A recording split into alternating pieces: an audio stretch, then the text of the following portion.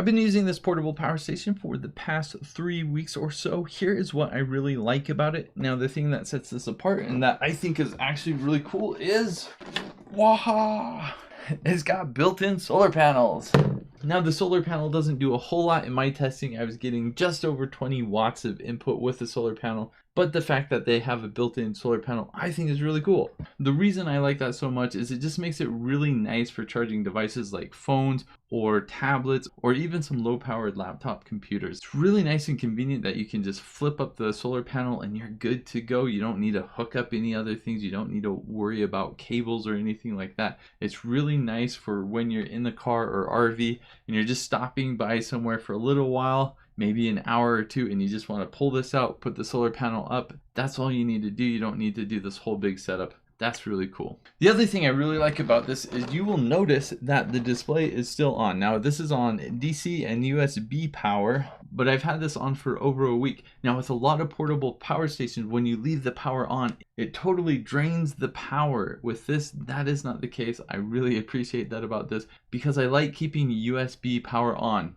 I put portable power stations in my shed a lot, and I'll show you later on in this video, but I have a USB thermometer and I want to keep it on all the time because it connects to Wi-Fi so I can get a temperature reading in my shed. Now, if the portable power station is automatically turning off, obviously that doesn't work for me. So the fact that I can just keep this on and it doesn't use a lot of power while it's on, that's really nice. Let me go ahead and show you kind of what you get out of the box and how I've been using this. So here is the portable power station. It does come with this pouch of cables. Kind of a weird pouch. It doesn't open up all the way. So you got the main charger, then you have the cable for plugging it into your car's cigarette lighter, and then you've got the barrel plug to barrel plug, but you also have a bunch of adapters that come with it, so you can fit this to just about any size.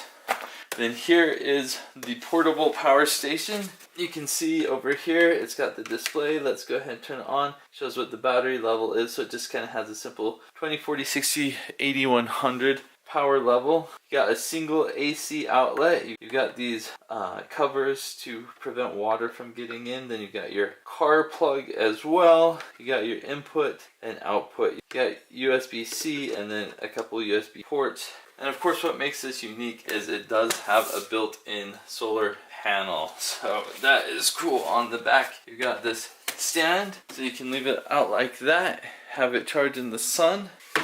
Really cool idea. Really nice and portable. I like the handle. It's kind of like a really heavy suitcase. Right, the sun is basically directly overhead, so I've got this out here. We'll open it up and we'll see if I can charge it today.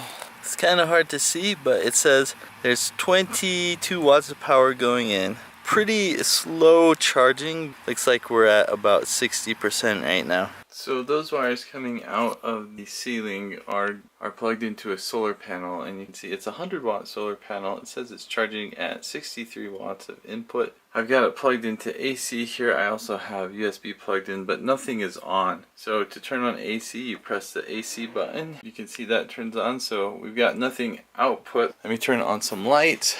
So I got some lights on now, and you can see with the lights on that it's using about 50 watts of power or 110 volts. And we've got the input here at 63 watts. So it should still be charging even though it is using power. So I see what the input is, I see what the output is, and then it just kind of has a bar here. I wish this had like a percentage or time, but it's still nice that it says what the input and output is. Now I'm going to turn on DC, and as soon as I do that, it turns on the USB as well. And as you can see, it is 95 degrees Fahrenheit, so it's very warm in here. We'll see how this does in the heat. So I left this on all night, and it was only plugged into DC when it was on. The AC was not on. So as you saw in those clips, I've been using this in my shed that gets really, really hot. I haven't had any issues with this at all. It's really nice to be able to plug in the USB, just keep it on all the time, and it works. So this is a 600-watt power station, which means it's not really going to run appliances or power tools or anything like that. But for running lights, backup, computers, tablets, devices, things like that, this works really, really well.